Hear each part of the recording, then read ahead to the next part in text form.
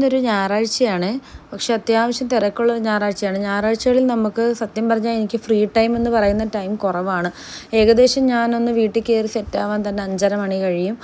അപ്പോൾ അത് കഴിഞ്ഞിട്ടായാലും നമുക്ക് ചിലപ്പോൾ കേക്കിൻ്റെ ഡെലിവറി കാണും. അപ്പോൾ എനിക്ക് ഏറ്റവും തിരക്കുള്ള ദിവസം ഏതാണെന്ന് ചോദിച്ചു കഴിഞ്ഞാൽ സൺഡേ ആണ് കേട്ടോ. കാരണം കേക്കിൻ്റെ ഡെലിവറി സാറ്റർഡേ സൺഡേ ഒരുപാട് കൂടുതലായിരിക്കും. പിന്നെ അതുപോലെ തന്നെ ക്ലാസ്സുകൾ, നമ്മളുടെ സ്കൂൾ ക്ലാസ്സുകളല്ലാത്ത നമ്മളുടെ പാട്ട്, ഡാൻസ് അങ്ങനെയുള്ള ക്ലാസ്സുകളെല്ലാം വരുന്നത് ശനിയാഴ്ചയാണ്, ശനിയും ഞായറും ഒക്കെയാണ്. അപ്പം ഞായറാഴ്ചകളിൽ രാവിലെ തൊട്ട് നമുക്ക് ഈ ക്ലാസ്സിൻ്റെ ഓട്ടവും തിരക്കുകളൊക്കെ തുടങ്ങും.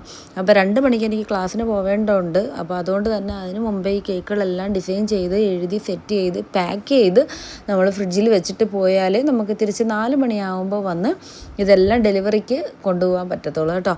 അതുകൊണ്ട് അതിൻ്റേതായിട്ടുള്ളൊരു തിരക്കിൽ അത്യാവശ്യം നല്ല റഷായിട്ട് ഓടിക്കൊണ്ടിരിക്കുകയാണ്. അപ്പോൾ അതിൻ്റെ ഇടയ്ക്ക് 2 പേരെയും കൂടി എനിക്ക് റെഡിയാക്കണം, ഞാൻ റെഡിയാവണം, 2 പേരെ റെഡിയാക്കണം. അതിൻ്റെ ബാക്ക്ഗ്രൗണ്ടിൽ ഇതിൻ്റേതായിട്ടുള്ള ചില കോലാഹലങ്ങൾ നടക്കുന്നുണ്ട്. അപ്പം ഇതൊരു റഫല്ലോ കേക്കാണ്. നേരത്തെ ചെയ്ത ഒരു വാനില കേക്കാണ്.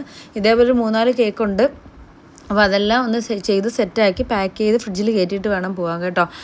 അപ്പോൾ ഇത്രയും കേക്കുകൾ നമുക്ക് ഇപ്പോൾ ഇനി വൈകിട്ട് കൊടുക്കാനുണ്ട്. രാവിലെ 2-3 ഡെലിവറി ആയിട്ടുണ്ടായിരുന്നു.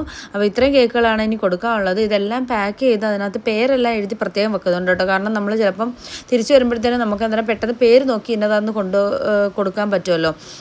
അപ്പോൾ ഇതെല്ലാം പാക്ക് ചെയ്ത് അടുക്കി ഞാൻ ഇനി ക്ലാസ്സിന് പോയിട്ട് തിരിച്ചു വരാം. അപ്പോൾ ടാറ്റ ബൈ ബൈ. എല്ലാവരും ചാനൽ സബ്സ്ക്രൈബ് ചെയ്യണം, സപ്പോർട്ട് ചെയ്യണം. Okay then bye bye.